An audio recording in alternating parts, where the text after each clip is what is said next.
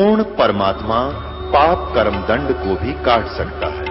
अभी तक जिस भी संत व महापुरुष से मिले उन्होंने यही बताया कि पाप कर्म फल भोगने से ही समाप्त होगा। वो प्रभु कौन है जो पाप कर्म को काट देता है, वो काल के बंधन से छुड़वा देता है। उसका क्या नाम है, पूजा की विधि क्या है? कृपया अवश्य सुनिए जगत गुरु तत्वदर्शी संत रामपाल जी महाराज के अमृत वचन। तो ऐसे हमने अब डर बनाना पड़ेगा कि ऐसी अमृता वर्षा हो रही और नींद आवे। ये भी एक काल का भयंकर जाल है। ऐसा बढ़िया मौसम, ना गर्मी है ना सर्दी है, ऊपर परमात्मा की दया है, पंखे चल रहे हैं और अमृत वर्षा हो रही है।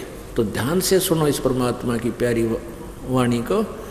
ये को बालकों का खेल नहीं, इतनी व्यवस्था कर रखी भक्तों ने आपके लिए, कितना बड़ा सेट बनाया है, ऊपर पंखे ला कर धर दिए, 2 महीने 1.5 के अंदर सबके में जचा कर रख दिया परमात्मा कबीर जी की दया से। इसीलिए कि प्यारी आत्मा यहाँ आएंगी, परमात्मा का ज्ञान सुनेंगी, अपने भगवान को पहचान के यहाँ से कल्याण करवा जाएंगी। कितना पुण्य होगा उन पुण्य आत्माओं ने जिन्होंने इसमें सहयोग दिया सेट बनाने में, यहाँ सारी व्यवस्था बनाने में। तो उसका लाभ आपने पूर्ण उठाना है। तो ध्यान से सुना करो। एक बच्चा 16 वर्ष पढ़ता है लगातार, वही पुस्तक होती है, वही ज्ञान होता है मिलता जुलता, और तब कितने पेट रोजी रोटी नौकरी का उसका जुगाड़ बनता है। और इसी प्रकार आप जी को ये दास यहाँ ट्यूशन पढ़ा रहा है, ये समझ लो एक स्कूल समझ लो। और यहाँ महीने में 6 दिन 3 दिन 2 सत्संग हम करते हैं 3-3 दिन के, इसमें एक आधे को अटेंड जरूर कर लिया करो। इससे में आपका काम बन जाएगा। अपना धंधा भी करो, लेकिन ये ज्ञान बहुत ध्यान सावधानी से सुनो। अब ये पवित्र पुराण अपने घर पर रखी रहती थी, पढ़ते भी थे, पढ़ने लगते इतना पता नहीं क्यों अगला पढ़ते इतने पिछला भूल लेते, कुछ भी पल्ला नहीं पड़ा करती। अब परमात्मा ने इसी दया कर दी, बाईपास काट दी। जो हमने आवश्यक वस्तु है वो पढ़ लेंगे, बाकी छोड़ देंगे, क्योंकि ये तो एक जड़ी, जैसे जंगल होता है वन, उस वन में तो वैद वो जड़ी तो सारी है ठीक से, लेकिन जो उसने औषधि के लिए चाहिए अपनी, वो औषधि से के लिए वो जड़ी निकाल लाता है और दवाई बना देता, रोग काट देता है। तो दास ने वो औषधि निकाल ली, वो जड़ी निकाल ली और औषधि कूट कर बना दी। आपको उसका प्रमाण दे रहा हूँ कि कहाँ से निकाल ली वो जड़ी, ये देखना।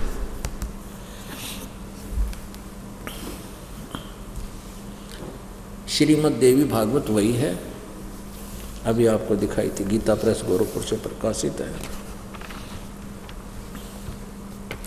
हनुमान प्रसाद पोदार चमनलाल गोस्वामी इसके संपादक हैं।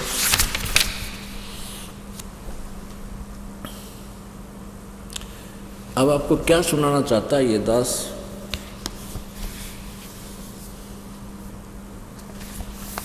इसी तीसरे स्कंद में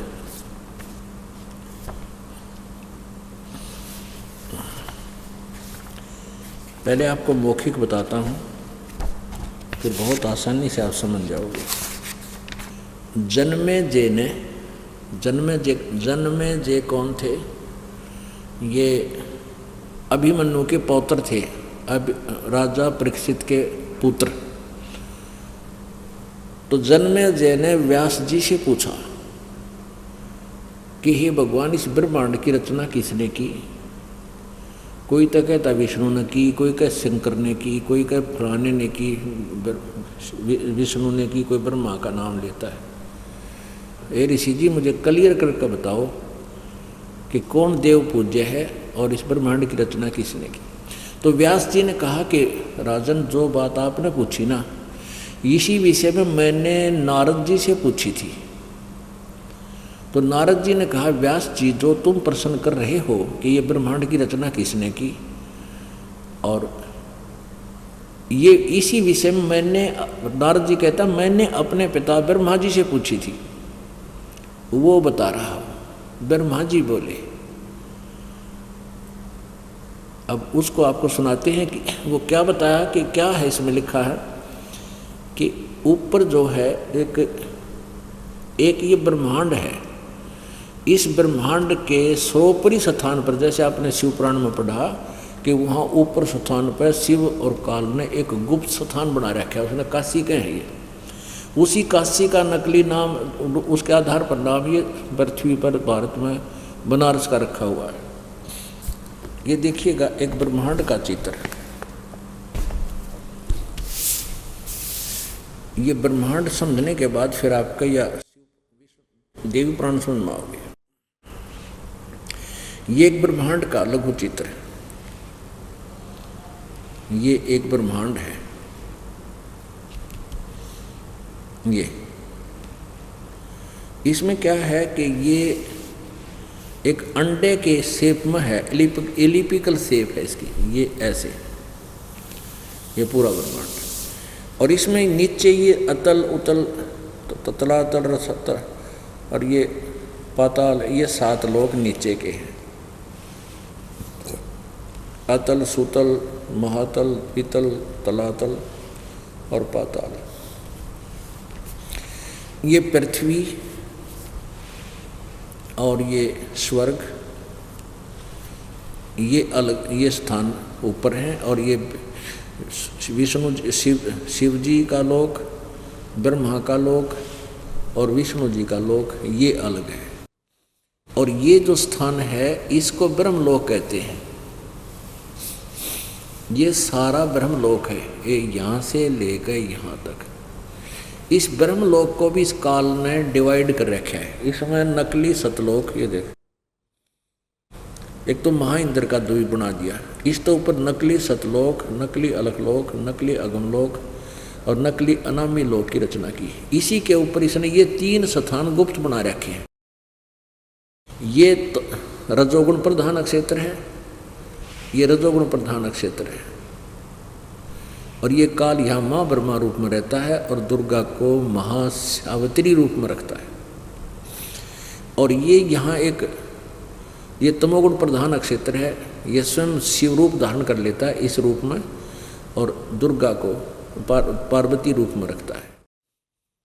और ये एक सतोगुण प्रधान क्षेत्र है, इसमें ये महाविष्णु रूप में स्वयं रहता है, दुर्गा को महालक्ष्मी रूप में रखता है। तो जब ये, अब ये जो सावित्री और ब्रह्मा रूप में यहाँ रहते हैं, इन दोनों के संयोग से जो पुत्र उत्पन्न होता है वो ब्रह्मा जैसी शकल का हो जाता है। उसका नाम भी वो ब्रह्मा रख देते हैं और वो रजोगुण युक्त हो जाता है। और फिर ये दूसरे नंबर पर ये सतोगुण प्रधान क्षेत्र में ये दोनों पति पत्नी रूप में रहते हैं, ये विष्णु रूप धारण कर लेता है। तो इस लक्ष्मी के संयोग से जो तो पुत्र उत्पन्न होता है वो विष्णु जैसा ही हो जाता है, इस रूप का हो जाता है, उसका विष्णु नाम रख देते हैं। और यहाँ जो तमोगुण प्रधान क्षेत्र में ये काल शिव रूप धारण कर लेता है ऐसा, और पार्वती को, दुर्गा को पार्वती रूप बना लेता है। इन दोनों के संयोग से जो पुत्र उत्पन्न होता है वो इसी की रूप का हो जाता है और उसको शिव नाम रख देता है, महेश्वर, और वो तमोगुण युक्त होता है। अब जैसे, और ये दुर्गा का अलग लोक है, ये यहाँ रह करके नीचे के सब ब्रह्मांडों को संचालन करती है और ये कभी किसी के सामने अपने ओरिजिनल रूप में नहीं आता, इसका असली रूप और है। अब ये सतोगुण रजोगुण प्रधान क्षेत्र, ये सतोगुण प्रधान क्षेत्र, ये तमोगुण प्रधान क्षेत्र कैसे है? और इसी में परमात्मा कबीर जी का भी अपना एक अलग लोक है। जैसे राजदूत भवन होते हैं प्रत्येक देश का, प्रत्येक देश में, तो यहाँ परमात्मा ऐसे स्थान पर है, ये ना इस काल को पता ये कहाँ रहते हैं, इधर कोई नहीं जा सकता, ये प्रभु की रचना है, कृपा है कबीर जी की। यहाँ एक ऐसा स्थान है, परमात्मा यहाँ अन्य रूप में रहते हैं।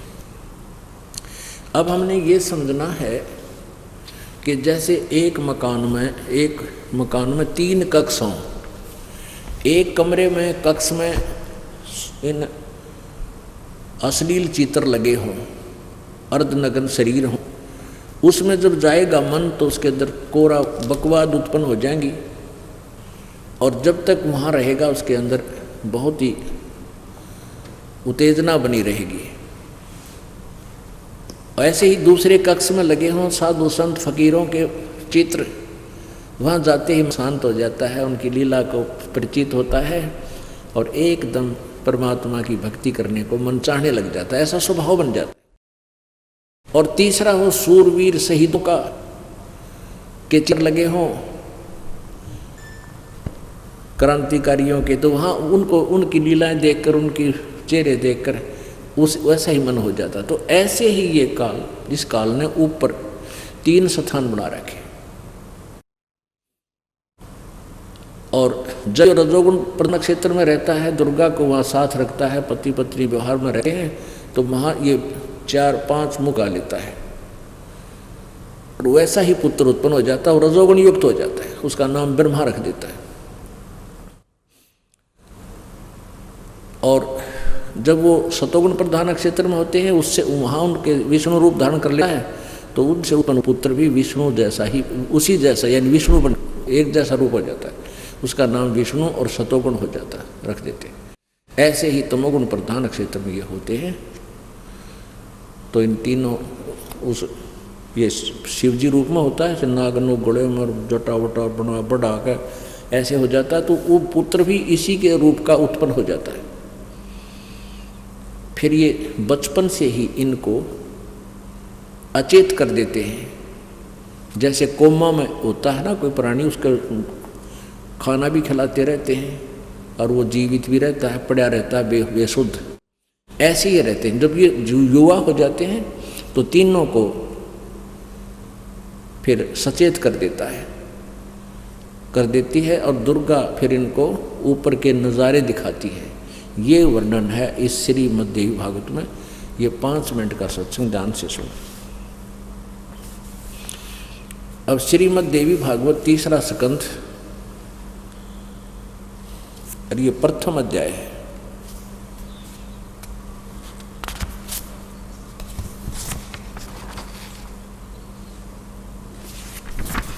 तीसरे स्कंद का प्रथम अध्याय है।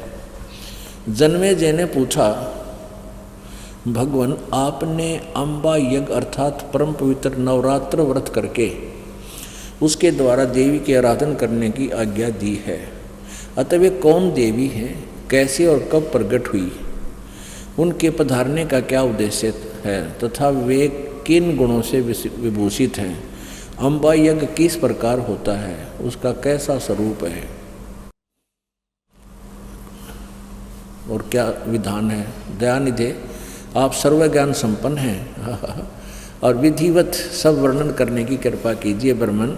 साथ ही विस्तार पूर्वक ब्रह्मांड की उत्पत्ति भी कहिए, क्योंकि भूदेव ब्रह्मांड के विषय में जो कुछ भी कहा गया है वह जैसा जो है वे सब बातें आप जानते हैं। मैंने सुना है कि ब्रह्मा विष्णु और रुद्र ये 3 सगुण देवता हैं। कर्म से सृष्टि पालन और संहार कार्य का उत्तरदायित्व इन पर रहता है।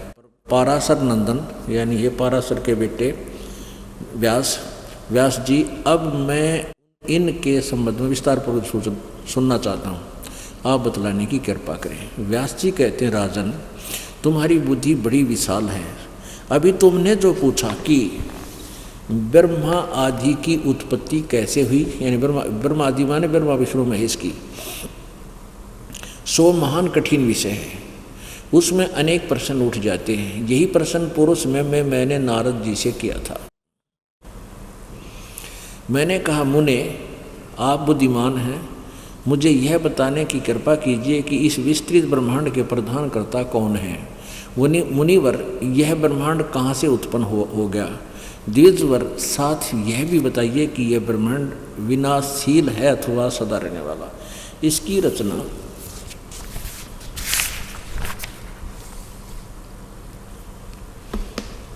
देखिए 114 पृष्ठ पे। करने वाला कोई एक है अथवा बहुत से इसके रचयिता हैं। कर्ता के अभाव में कार्य का होना असंभव है। यह प्रश्न मेरे मन में उठता रहता है। कुछ लोग भगवान शंकर को परम कारण मानकर जगत का रचयिता बतलाते हैं। वे कहते हैं, देवादिदेव भगवान शंकर अविनाशी पुरुष हैं, उनका कभी जन्म मरण और मरण नहीं होता। वे आत्मा मर्मण करने वाले हैं। देवताओं पर भी उनका शासन बना रहता है। तीनों गुण रहते हुए भी उनमें से वे निर्लिप्त रहते हैं।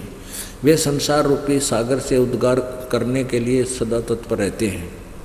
अतएव वह सृष्टि सत्य और संहार के अधिकार। दूसरे कई लोग भगवान विष्णु की प्रशंसा किया करते हैं। वे शक्तिशाली पुरुष हैं, अव्यक्त अखिल ऐश्वर्य संपन्न परम ब्रह्म परमात्मा हैं। उनकी कृपा से भक्ति और मुक्ति दोनों सुलभ हो जाती हैं। वे शांत स्वरूप हैं, सभी और उनका मुख है। वे व्यापक पुरुष हैं, विश्व की शरण देने का स्वभाव ही है उनका स्वभाव है। ये कभी जन्म होते और मरते नहीं। कुछ दूसरे लोग ब्रह्मा जी को सृष्टि प्रधान कारण बताते हैं, सृष्टि का प्रधान कारण बतलाते हैं। और कितने ही आचार्य भवानी को संपूर्ण मनोरथ पूर्ण करने वाली बतलाते हैं। वे आदि माया, महाशक्ति एवं परम पुरुष के साथ रहकर कार्य संपादन करने वाली प्रकृति हैं। दुर्गा को यहाँ भी प्रकृति का है। ब्रह्म के साथ उनका अभेद संबंध है, काल के साथ वो पति पत्नी रूप में रहते हैं। वे सृष्टि स्थिति और संहार कार्यों में संलग्न रहती है। संपूर्ण प्राणियों एवं देवताओं की भी जननी है, उनका कभी जन्म और मरण नहीं होता। वैष्णवी, सांबवी, ब्राह्मी, स्वासवी, वारुणी, वराही, नरसिंही, नारसिंही अर्थात तथा अद्भुत महालक्ष्मी नाम से विख्यात है।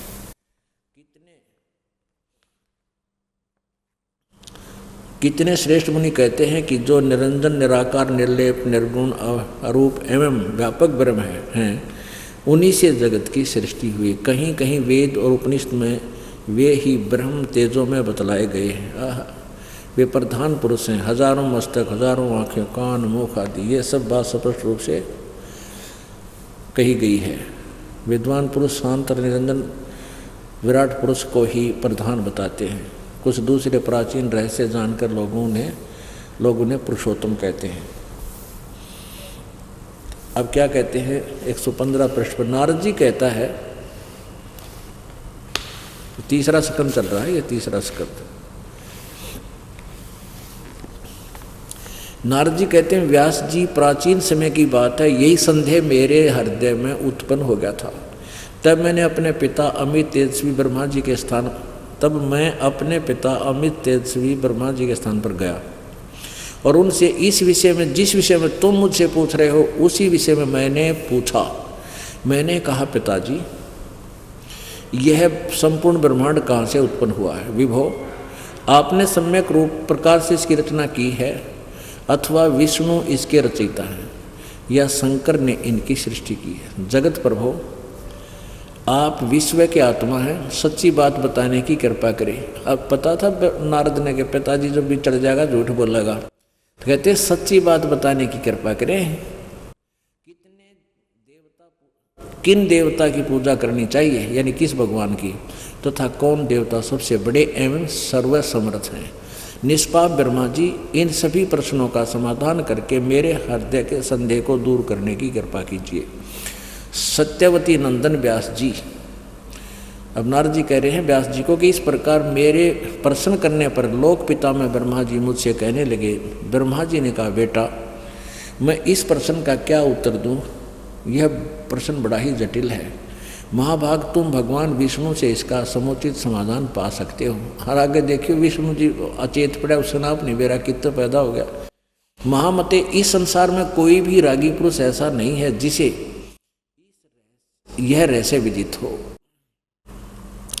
जो त्यागी, अहंकार रहित और ईर्ष्या शून्य है, वही इसके रहस्य को जान सकता है। पूर्व काल में, फिर भी वो बता रहा है ब्रह्मा, पूर्व काल में सर्वत्र जल ही जल था, स्थावर जंगम जितने प्राणियों में कोई भी नहीं थे। तब कमल से मेरी उत्पत्ति हुई। उस समय संपूर्ण मुझे सूर्य, चंद्रमा, वृक्ष, पर्वत आदि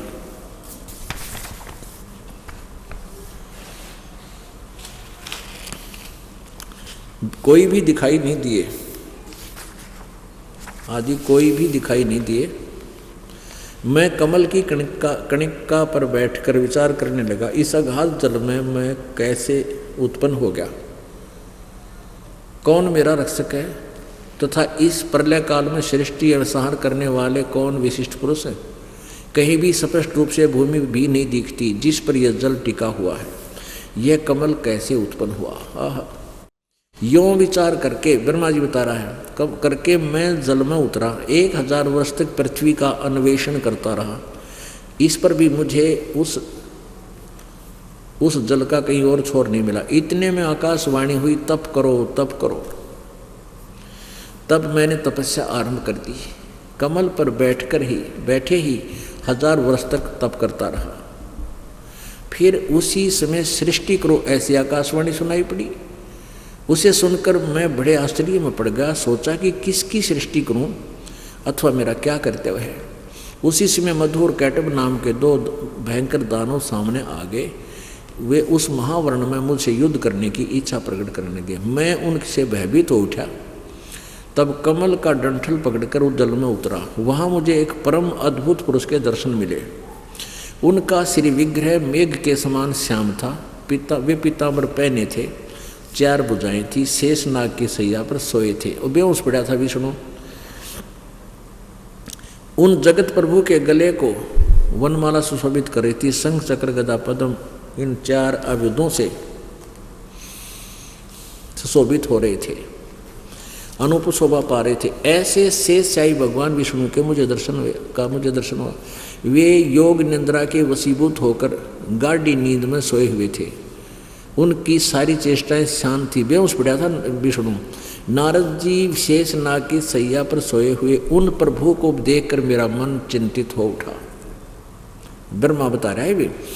इतने में भगवती योग निद्रा याद आ गई। मैंने उनका सत्वन किया। तब वे कल्याणमयी भगवती यानी दुर्गा भूतनी की तरह अन्य रूप बनाकर विष्णु में प्रवेश करके बेहोश कर रही थी। तब वे कल्याणमयी भगवती श्री विष्णु के विग्रह यानी शरीर से निकलकर अत्यंत रूप धारण करके आकाश में विराजमान हो गई। दिव्य आभूषण उनकी छवि बढ़ा रहे थे। जब योग निद्रा या दुर्गा भगवान विष्णु के शरीर से अलग होकर आकाश में विराजने लगी, तब तुरंत ही श्री हरि उठ बैठे। उन्होंने मधु और कैटब के साथ 5000 वर्ष तक बड़ी घमासान लड़ाई की। तब वे दैत्य मरे। पहले देवी के कटाक्ष से मधु और कैटब मोहित हो गए थे। इसके बाद भगवान विष्णु ने उनको गोद में लिटाकर उन्हें वहीं प्राण रहित कर दिया। अब वहाँ मैं और भगवान विष्णु 2 थे। वहीं पर ये रुद्र, ये महेश काल का तीसरा बेटा भी आ गया, प्रकट हो गया। अब तीनों को इकट्ठा कर दिया काल ने प्रेरणा करके। अब हम तीनों को भगवती अध्याय यानी इस दुर्गा के शक्ति के दर्शन हुए। उन्हें देखकर मन मुग्ध हो गया। हमने उनकी उत्तम स्तुति की। तब वे आदि शक्ति हम लोगों से कहने लगी। दुर्गा बोली, देवी ने कहा, ब्रह्मा विष्णु और महेश्वर, तुम भली भांति सावधान होकर अपने अपने कार्य में संलग्न हो जाओ। सृष्टि सतिथि और संहार ये तुम्हारे कार्य हैं। ब्रह्मा जी कहते हैं भगवती अद्याशक्ति की वह वाणी बड़ी ही मधुर थी। वाणी बड़ी मधुर सुंदर एवं सुखप्रद थी। हमने वह स्पष्ट सुनी। हम लोगों ने उनसे कहा, माता, हम किस प्रकार इन प्रजाओं के सर्जन आदि कार्य करने में सफल हों। विस्तृत भूमि का अभाव है, सभी स्थान जलमग्न है। हमारी बात सुनकर उन कल्याण स्वरूपणी भगवती का मुखमंडल मुस्कान से भर गया। इतने में एक सुंदर विमान आकाश से उतर आया। ये काल का जाल था, ये आप सामने नहीं आता, सब गुप्त काम करता है। तब उन देवी ने हमें आज्ञा दी, देवताओं निर्भीक होकर इच्छापूर्वक इस विमान में प्रवेश कर जाओ। ब्रह्मा विष्णु और रुद्र, आज मैं तुम्हें अद्भुत दृश्य दिखलाती हूँ। हमने भगवती की बात सुनकर उसे शिरोधार्य कर लिया। उस रत्न जड़ित विमान पर चढ़कर हम लोग आराम से बैठ गए। हम तीनों देवताओं को ऊपर बैठे देखकर देवी ने अपने सामर्थ्य से विमान को आकाश में उड़ा दिया। ब्रह्मा जी कहते हैं, मन के समान तीव्र गति से चलने वाला वह विमान जिस अपरिचित स्थान पर गया, वहाँ संपूर्ण फलों से लदे हुए अनेक सुंदर वृक्ष थे। आगे एक अत्यंत सुंदर नगर दिखाई पड़ा। अद्भुत 4 द्वारी थी। उस नगर की शोभा बढ़ा रही थी। उसमें बहुत से ऊंचे ऊंचे महल थे। उचित स्थान पर यज्ञशाला बनी थी। अक्षर भर के बाद ही वह एक दूसरे सुंदर प्रदेश में जा पहुंचा। वहां हमने देखा अनुपम नंदन वन था। पारिजात की संघन छाया के नीचे सुरभि गौ बैठी थी। आप पास में ही ऐरावत हाथी विराजमान था। सैकड़ों अप्सराएं, यक्ष, गंधर्व और विद्याधर उस पारिजात के उपवन में गाते एवं विहार करते थे। देखा तो वहीं महाभाग इंद्र भी थे। उनके समीप उनकी प्राण प्रिय सची विद्यमान थी। उस स्वर्ग के दृश्य को देखकर हम आश्चर्यचकित रह गए। 118 पृष्ठ पर हम पढ़ रहे हैं। इतने में हमारा विमान तेजी से चल पड़ा और वह दिव्यधाम यानी ब्रह्मलोक में जा पहुंचा। संपूर्ण देवता उस नगर के सामने मस्तक झुकाया करते थे। वहाँ एक दूसरे ब्रह्मा जी विराजमान थे, वहाँ दूसरे ब्रह्मा विराजमान थे। उन्हें देखकर शंकर, भगवान शंकर और विष्णु को बड़ा आश्चर्य हुआ। सभी सभा लगी थी। भगवान शंकर और विष्णु ने मुझसे पूछा, चतुरानन ये अविनाशी ब्रह्मा कौन है? मैंने उत्तर दिया, मुझे कुछ पता नहीं। सृष्टि के अधिष्ठाता ये कौन है? भगवान मैं कौन हूँ और ये कौन है? हमारा क्या उद्देश्य है? इस उलझन में मेरा मन चक्कर काट रहा है। इतने में मन के समान तीव्रगामी वह विमान तुरंत वहाँ से चल पड़ा और कैलाश के सुर में शिखर पर जा पहुँचा। वहाँ विमान के पहुँचते ही एक भव्य भवन से त्रिनेत्रधारी भगवान शंकर निकले। वे नंदी वृषभ पर बैठे थे। उनके 5 मुख थे। यो काल है, सारी लीला खेल कर रहा है। 10 भुजाएं थी। मस्तक पर चंद्रमा सुशोभित था। अक्षर के बाद वह विमान उस शिखर से भी पवन के समान तेज चाल से उड़ा और बैकुंठ लोक में पहुंच गया। वहाँ भगवती लक्ष्मी का विशाल भवन था। बेटा नारद, वहाँ मैंने जो संपत्ति देखी उसका वर्णन करना मेरे लिए असंभव है। उस उत्तम पुरी को देखकर विष्णु का मन आश्चर्य के समुद्र में गोते खाने लगा। वहाँ कमल लोचन श्री हरि विराजमान थे, यानी एक विष्णु और था। अलसी के फूल के समान उनके श्री विग्रह की कांति थी। पीताम्बर पहने थे, 4 भुजाएं थे और वे पक्षी राजगरुड़ पर विराजमान थे। दिव्य आभूषणों से उनकी शोभा, अनुपम शोभा हो रही थी। प्राण प्रिय लक्ष्मी चमक ढुला रही थी। उन सनातन श्री हरि की झांकी पाकर हम सभी भौचक्के से रह गए। एक दूसरे को देखते हुए हम विमान के एक उत्तम आसन पर बैठे रहे। इतने में पवन से बातें करता हुआ वह विमान तुरंत उड़ गया। आगे अमृत के समान मीठे जल वाला समुद्र मिला। उसका जल बड़ा ही मधुर था। हम अपने मतलब की चीज लेंगे, फटाफट समझ में आ जाए। 119 पृष्ठ पर हम चल रहे हैं। एक मनोहर द्वीप था। उस द्वीप में एक मंगल में मनोहर पलंग बिछा था। उस पलंग में सुंदर रत्न जड़े थे। उस उत्तम पलंग पर एक दिव्य रमणी बैठी थी। वे ऐसी प्रभावपूर्ण देवी थी मानो करोड़ों बिजलियां एक साथ चमक रही थी। अत्यंत सुंदर मुख था, लाल लाल दांत थे। करोड़ों लक्ष्मी से भी अधिक वह सुंदर थी। उन्हें देखकर हम सभी महान आश्चर्य में पड़ गए। दुर्गा ने और रूप बना लिया गया। कुछ समय तक हम वहीं ठहरे रहे। आपस में कहने लगे, ये सुंदरी कौन है और इसका क्या नाम है? हम इसके विषय में बिल्कुल अनभिज्ञ हैं। इसके हजारों नेत्र, हजारों हाथ, हजारों मुख आदि आदि देखने में। नारद यूं संदेहग्रस्त होकर हम लोग वहाँ रुके रहे। तब भगवान विष्णु ने उन चारों साहिनी भगवती को देखकर विवेक पूर्वक निश्चय कर लिया। काल ने विष्णु की बुद्धि खोल दी कि ये भगवती जगदम्बिका है। तब उन्होंने कहा कि ये भगवती हम सभी के आदि कारण है, महाविद्या महामाया इनके नाम है। ये पूर्ण प्रकृति है। प्रकृति दुर्गा को कहते हैं। ये भागवत 120 पृष्ठ पे तोड़ पाड़ रखे यहाँ पे। ये वे ही दिवांगना है। विष्णु जी कह रहे हैं ये वे ही दिवांगना है जिनके प्रलय वर्ण में, यानी जब जल ही जल था, जब प्रलय हो रही थी, मुझे दर्शन हुए थे। उस समय मैं बालक रूप में था। विष्णु जी बोल रहे हैं मुझे पालने में झुला रही थी। वट वृक्ष के पत्थर पर एक सुदृढ़ सैया बिछी थी। उस पर लेटकर मैं पैर के अंगूठे को अपने कमल जैसे मुख में लेकर चूस रहा था। इन्हें देखकर मुझे पहले की बात याद आ गई। ये हम सबकी जननी है। अरे वाह वाह। भगवान विष्णु बोले, प्रकृति देवी को नमस्कार है, भगवती विद्यात्री को निरंतर नमस्कार है। अब यहाँ आ जाते हैं हम, ज़्यादा ना पढ़ के।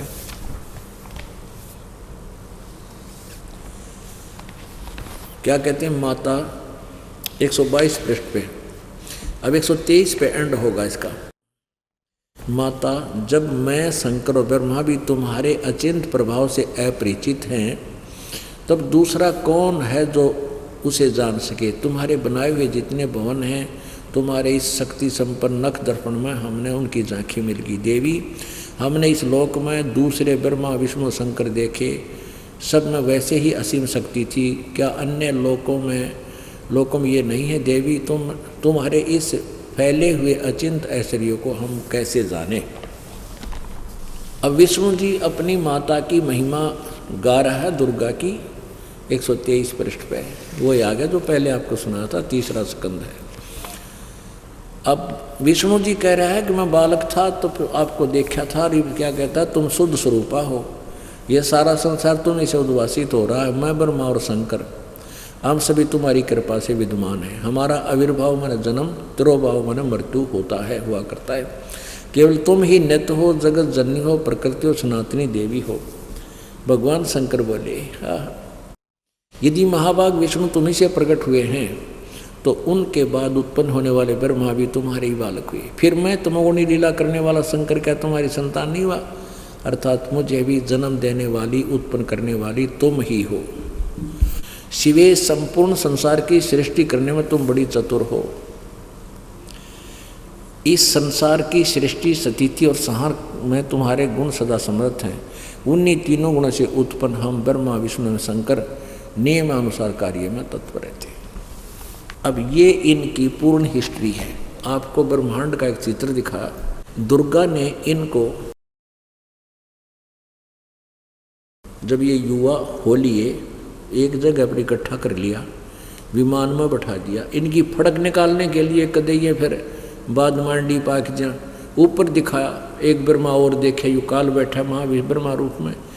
ये साथ नहीं थी, ये खुद पहुंच गई वहाँ काल के पास। जिस लोक में ये जहाँ वो ब्रह्मा रूप धारण कर लिया, सावित्री रूप में बैठ जा। जब ये दूसरे शतोगुण प्रधान क्षेत्र में गए, वहाँ दूसरा काल ने विष्णु रूप धारण कर लिया और दुर्गा ने महालक्ष्मी, लक्ष्मी रूप। और जब तीसरे में गए तो यहाँ शंकर, इसने शिवजी रूप धारण कर लिया और पार्वती रूप बना लिया दुर्गा ने। इन तीनों की ऐसे ये दिखा दिया कि तुमसे और भी शक्तिशाली ऊपर और शक्तियाँ हैं। फिर आगे विमान गया, ऊपर इंद्र का लोक देखा, फिर ब्रह्मलोक में प्रवेश कर गया, ब्रह्मलोक से भी ऊपर निकाल दिया। तो ऐसे फिर ये दुर्गा के पास आए। वहाँ फिर इन्होंने देखा, विष्णु को चेतना दे दी काल ने। इसका याद आ गया तो अपनी माँ है, मैं छोटा सा बालक था, अंगूठे पैर के चूस रहा था, ये मुझे जुला रही थी।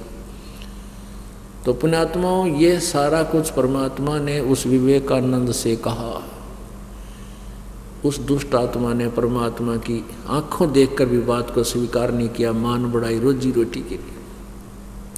उल्टे कबीर जी से कहा कि तूने तिलक कैसे लगा रखा है, तूने कहीं नाम ले रखा है, तूने कोई गुरु धारण किया है, तू कौन जाति से है। तो वहाँ परिचित थे अन्य लोग, कहने लगे, श्रोता लोग कहने लगे, ये तो दानक का बेटा है, दुल्हे का बेटा है।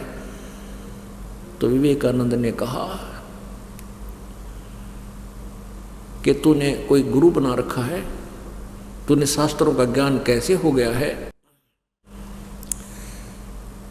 और ऐसा कुछ नहीं लिखा, ये झूठ बोलता है। तू कैसे जान सकता शास्त्रों को, तू अनपढ़ है, गंवार है, तुझे अक्षर ज्ञान नहीं है, तूने कौन गुरु बना रखा है। कबीर साहब ने कहा कि जो गुरु तूने बना रखा, मैंने भी वही बना रखा है। पुण्यात्माओं, 600 वर्ष पहले ये छुआछात चरम सीमा पर थी, और एक शूद्र का लड़का, जुल्हे का धानक का लड़का, न्यू के मन रामानंद जी को गुरु बना रखा, ब्राह्मण को आग लग जाती थी। विवेकानंद का आग लगी। उस सत्य से हटाकर जनता से वहाँ बैठे श्रोताओं से कहने लगा, देखो कितना झूठा है, पाखंडी है, ये क्या जाने सदग्रंथों को, ये झूठ बोल रहा है कि इसने हमारे गुरु रामानंद जी से उपदेश ले रखा है। रामानंद जी तो छोटी जाति वालों को उसके कपड़े भी नहीं छूने देते, और ये कहता मैंने उपदेश ले रखा है। देखो लोगों कितना झूठा है, देखना कल आना और इसकी सारी पोल खोलेंगे। बोलो सतगुरुदेव की। परम पिता परमात्मा सर्व सृष्टि रचनहार कुल मालिक कबीर देव कबीर परमेश्वर अपनी प्यारी आत्माओं को मोक्ष मार्ग बताने के लिए, यथार्थ ज्ञान देने के लिए अपने सतलोक से चलकर आते हैं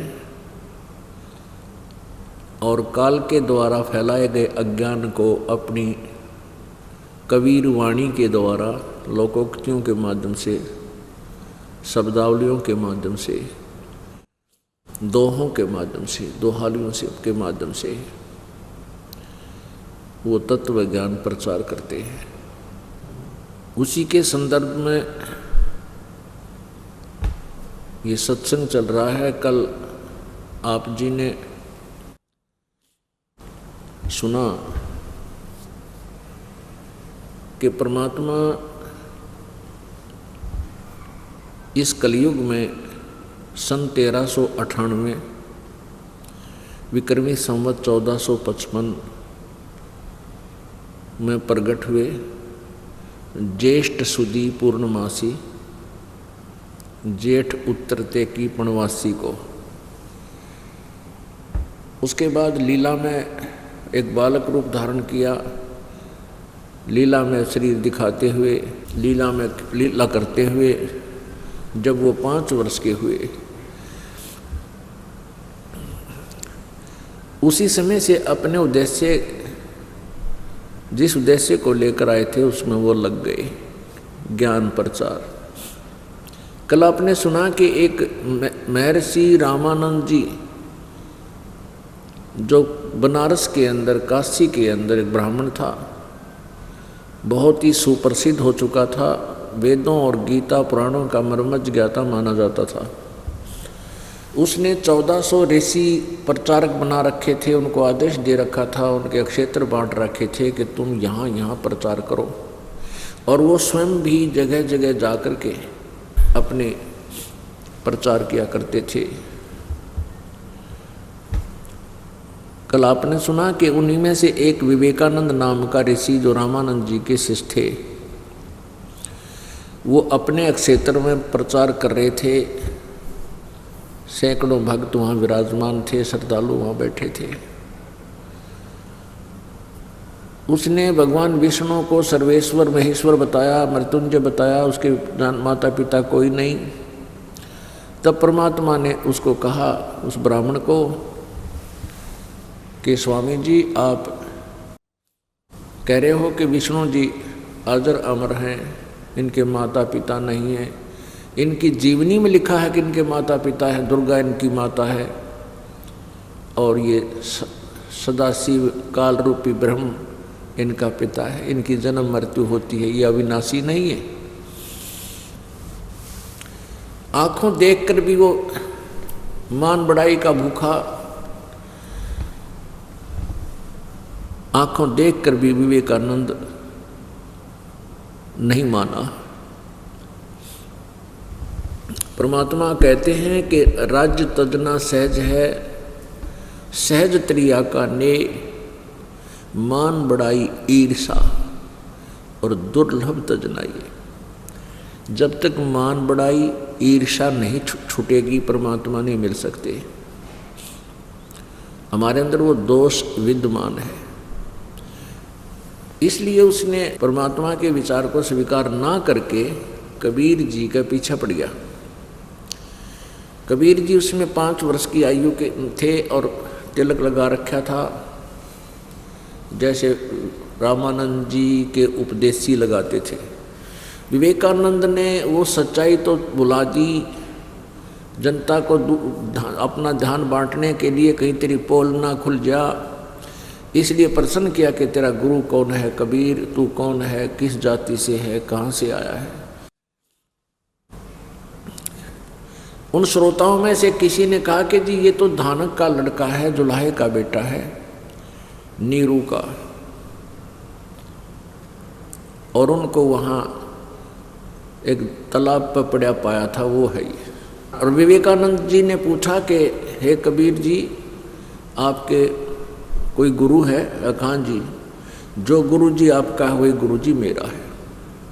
तो विवेकानंद जी ने इस बात को बहुत गहराई से लिया। कहने लगा, देखो भाई झूठ, ये कितना झूठा है, श्रोताओं देखो कितना झूठा है। ये कहता है कि मैंने स्वामी रामानंद जी से उपदेश ले रखा है। स्वामी रामानंद जी ब्राह्मण हैं और ये शूद्र वर्ण से है। हमारे स्वामी जी शूद्र वर्ण वालों के तो अपना कपड़ा भी नहीं लगने देते, आशीर्वाद वो नहीं देते, ना वो नाम देते हैं, वो केवल ब्राह्मणों को उपदेश देते हैं। देखो देखो तुम्हारे सामने कितना झूठा है। इसलिए ये झूठ बोल रहा है ब्रह्मा विष्णु महेश, विष्णु जी के माता पिता भी हैं। ये झूठा है, कहीं नहीं लिखा पुराण में, ऐसा कुछ नहीं है, ये झूठ बोल रहा है, मैं रोज पढ़ता हूँ।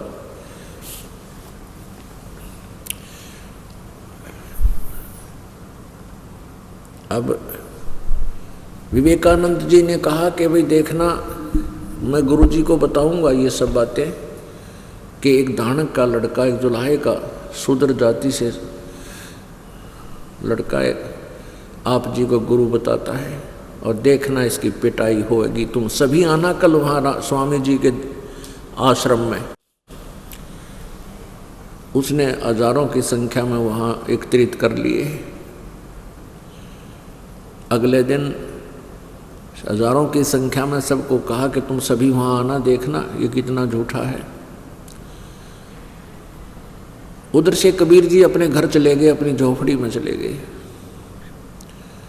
सुबह सुबह विवेकानंद वो ब्राह्मण 8, 9, 10 मस्टंडे लेकर उसने जाकर के स्वामी जी से कहा, रामानंद जी से कि हे स्वामी जी, हमारी तो नाक कट गई। एक जुलाहे का बच्चा, एक धानक का लड़का आप जी को गुरु बताता है। स्वामी जी अब कैसे प्रचार करूंगा, मेरी तो नाक काट दी। सैकड़ों की संख्या में वहाँ श्रद्धालु थे, सबके सामने ऐसा बोला वो। तो स्वामी जी ने जब ये सुना, रामानंद जी कहते हैं नो कूदा जैसे मर्ग कूद जाकर जंप करे, नो का झूठा है वो, कपटी है, मैं कभी छोटी जाति वालों को नाम नहीं देता हूँ। कल लाओ उसको पकड़ कर मेरे सामने, सबके सामने मैं पूछूंगा उससे। अपने आत्माओं 600 वर्ष पहले ये जाति, ये छुआछूत चरम सीमा पर थी, और उस समय ये कहना है ब्राह्मण को कि मैंने उसे नाम ले रखा है, तो वो अपनी कति बुरी इंसल्ट मानते थे बहुत ज़्यादा। इसी उद्देश्य से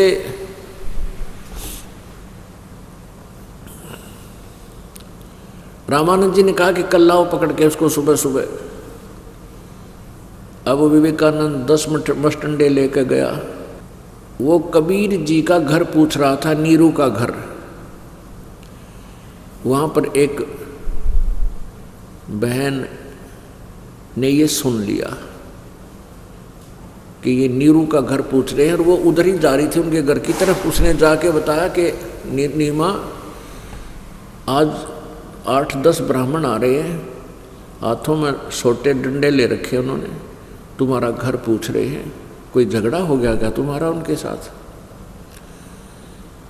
अब नीमा समझ गई कि कबीर ने कोई ना कोई शरारत करी है, ये किन ब्राह्मणों ने छेड़ा हुआ है। परमात्मा कई बार जाते थे, ऐसे प्रश्न कर देते थे इन अज्ञानियों के पास सामने, ऋषियों के आगे, तो वो उल्हाना लेकर आया करते थे।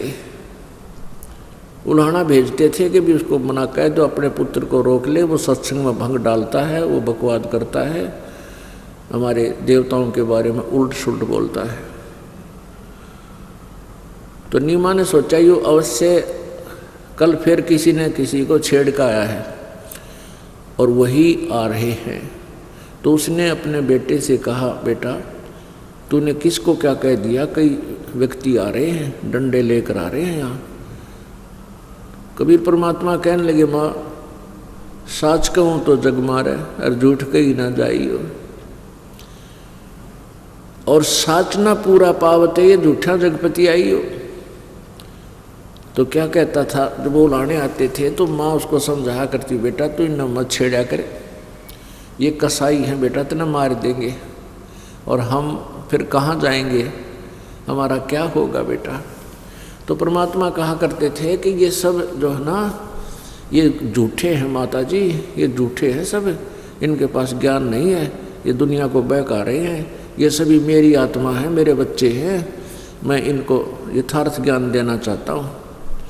तो माँ धमकाया करती, तू दादा मत पाके, ये तेरे बेटे हैं, दो अंगल का तू सारा अपने बेटे बताओ, बच्चे बताओ, पढ़ा रहा कर, बकवास ना करा कर, तुम गढ़ दूंगी। अब चुप हो जाता माता जी जब धमकाती। आज फिर वही समस्या खड़ी होगी। अब माता कहने लगी, तू खड़ा हो यहाँ से, चारपाई से पीछे मर, झोपड़ी का पीछे डाल दिया, परमात्मा को लिटा दिया 5 वर्ष के बालक को, ऊपर गुदड़ का बे डाल दिए अपने फटे पुराने कपड़े, जैसे कोई गद्दला था, कोई फटी पुरानी रजाई थी। बेटा बोलिए मत, तू ये यहाँ ढूंढ ढांड कर चले जाओगे, हम कह देंगे वो तो बाहर जा रहा है, और तू बोलिए मत ना, आज तो तेने मारेंगे ये घने कई जने आ रहे, बताओ। इतने में वो आगे मस्टंडे, माता ने पीछे झोपड़ी के पीछे छुपा दिया कबीर परमेश्वर को। इतने में वो विवेकानंद का टोल सामने आ गया और कहने लगा, कहाँ तेरा बेटा, वो तेरा बेटा कहाँ है कबीर। तो माता कहने लगी, क्या बात है स्वामी जी, क्या बात है विपर, क्या क्या कर दिया मेरे बेटे ने, कि वहाँ पता चलेगा स्वामी जी के पास, रामानंद जी के पास इसने क्या कर दिया। इसका घना मुँह उठ रहा, तुम इसको मना नहीं करते, रोकते नहीं, तुमने छोड़ रखा इसको खुला। कहाँ है वो। इतना करते कहते झोंपड़ी में घुस गए, लागे ढूंढन, खाट थी वो चारपाई पटक दी, कपड़े थे वो ठाठा का पटक दिए, एक तरफ घेर दिए, बुरा हाल मचा दिया। और जोर जोर से बोल रहे हैं, कहाँ वो तेरा बेटा, पता नहीं तेरे डंडे मारेंगे। उसकी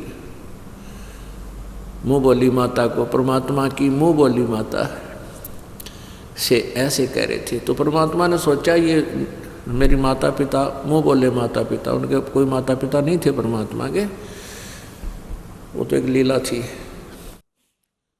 कि इन बूढ़ा बुढ़िया नहीं दुखी करेंगे। तो बाहर अपने हटा के वो रजाई रजोई ऊपर से और झोपड़ी के पीछे खड़े हो गए और कहने लगे, विवेकानंद मैं झोपड़ी के पीछे खड़ा हूँ, पीछे देखिए यहाँ हूँ मैं। अब उन आवाज़ सुनी, भाग के पीछे गए, उन्होंने पकड़ ली माँ और लेकर चलने लगे। तो माँ चिपट गई उस अपने बालक के, जो मेरे बच्चे को छोड़ दो। उन मस्टंडा ने लात मारी, मुक्के मारे। माँ ने उनका हाथ पकड़ लिया, जौन सा कबीर जी को पकड़ रहे थे, उसके लटक कर चलती रही, काफ़ी देर घसीट ले गए दूर, लात मार मार कर अपना हाथ छुटवा लिया, डंडे मारे और अचेत करके डाल गए उस माँ को। इतने में नीरू ने झगड़ा सुना, वो भाग्य आया, वो भी कबीर जी को छुटवाने लगे अपने बच्चे को। उसको भी उन मुस्टंडा ने काफ़ी लठ मारे, अधमरा करके वहाँ छोड़ गए, कबीर जी को ले गए। कॉलोनी वालों ने आकर के उन दोनों को अंदर रख अपने झोपड़ी में डाला, उनको फर्स्ट एड की, काफ़ी चोट लगा दी थी। काफ़ी से देर में वो होश में आई बेचारी नीमा। अब वहाँ कबीर जी को ले जा करके रामानंद जी की कुटिया के सामने खड़ा कर दिया और कहा, स्वामी जी देखो ये आ गया है वो दुल्हाई का लड़का है। और वहाँ हजारों की संख्या में बुला रखे दर्शक, जिनके सामने उनकी छवि खराब हुई थी, छवि धूमिल हुई थी, उन्हीं को बुला लिया। अब रामानंद जी ने झोपड़ी के सामने कर्टेन ला रखा था, पर्दा, और पर्दे से पीछे झोपड़ी से आवाज लगा रहा है कि बोल कबीर, तू कौन है, तेरी क्या जाति है और तूने कैसे मुझे गुरु बताया। ऐसे आत्मा और परमात्मा का फिर संवाद होता है। वो आपको सूक्ष्म वेद की वाणी से सुनाते हैं। जैसे कल आपने ऋग्वेद मंडल नंबर 9 सूक्त नंबर 96 के मंत्र नंबर 16, 17, 18 3 में आंखों देखा प्रोजेक्टर पे कि उसमें क्या लिखा है कि मंत्र 16 में वेद ज्ञान दाता ब्रह्म कह रहा है कि हे परमात्मा, हे पूर्ण ब्रह्म, आप अपने यथार्थ नाम का, वास्तविक जो तेरा गुप्त नाम है उसका ज्ञान कराएं। मंत्र नंबर 17 में ऋग्वेद मंडल नंबर 9 सूक्त नंबर 96 के मंत्र नंबर 17 में वो नाम बता रखा है कि वो परमात्मा कबीर है, कबीर देव है, जो लोकोक्तियों के माध्यम से अपने यथार्थ ज्ञान को ऊंची आवाज में बोल बोल कर उच्चारण करता है, और वो अमर पुरुष होता है, उसका कबीर नाम है, वो कबीर देव है। और जब वो परमात्मा अपना ज्ञान प्रचार करने के लिए आता है, लोकोक्तियों के माध्यम से ज्ञान प्रचार करता है, वो शब्दावली दोहाली वो नोट कर ली जाती हैं, लिख ली जाती हैं, लिपिबद्ध कर ली जाती हैं। मंत्र नंबर 18 में फिर कहा है कि उस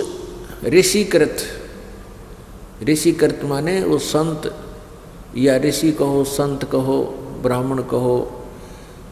ब्राह्मण का अर्थ होता है जो परमात्मा से परिचित व्यक्ति है, वो ब्राह्मण है। ऋषि वही होता है, उसी को ऋषि भी बोलते थे दूसरी भाषा में, और वैसे उसको संत भी कह देते हैं। कहते हैं उस संत रूप में प्रकट जो परमात्मा यहाँ आता है, तत्वदर्शी संत रूप में भूमिका करता है, लोकोक्तियों के माध्यम से अपना ज्ञान प्रचार करता है, कबीर वाणी के द्वारा वो अपना ज्ञान देता है।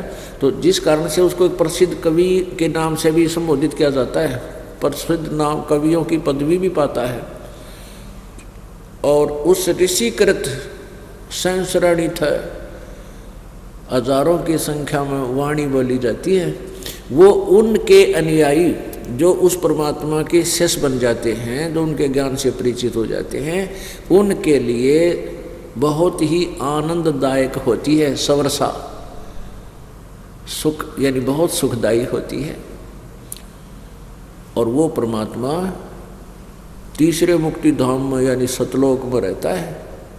वहाँ एक बहुत बड़े गुम्बज में विराजमान है, तेजो में शरीर है उस परमात्मा का। ये क्लियर लिखा है वेद में, ऋग्वेद मंडल नंबर 9 सूक्त नंबर 96 के मंत्र नंबर 16 से लेकर 18 तक। और फिर ऋग्वेद मंडल नंबर 9 सूक्त नंबर 86 के मंत्र 26, 27, 30, 31, ऋग्वेद ही मंडल नंबर 9 सूक्त नंबर 82 में 1, 2, 3 मंत्र में, ऋग्वेद मंडल नंबर 9 सूक्त नंबर 20 मंत्र नंबर 1 में ये स्पष्ट किया है कि वो परमात्मा अपने ऊपर धूलोक में रहता है, वहाँ से चलकर आता है, अपनी प्यारी आत्माओं को ज्ञान देने के उद्देश्य से उनका अज्ञान हटाता है, उपदेश करता है, उनको ज्ञान देता है, वो यहाँ प्रकट होता है। अब ये वाणी जो दास आपको सुनाएगा, सच्चिदानंद घन ब्रह्म की वाणी, जो पूर्ण परमात्मा ने, कबीर जी ने अपनी प्यारी आत्मा गरीबदास जी के अंतःकरण में, उसके कंप्यूटर में ये डाउनलोड कर दी थी। फिर गरीबदास जी ने बोला था,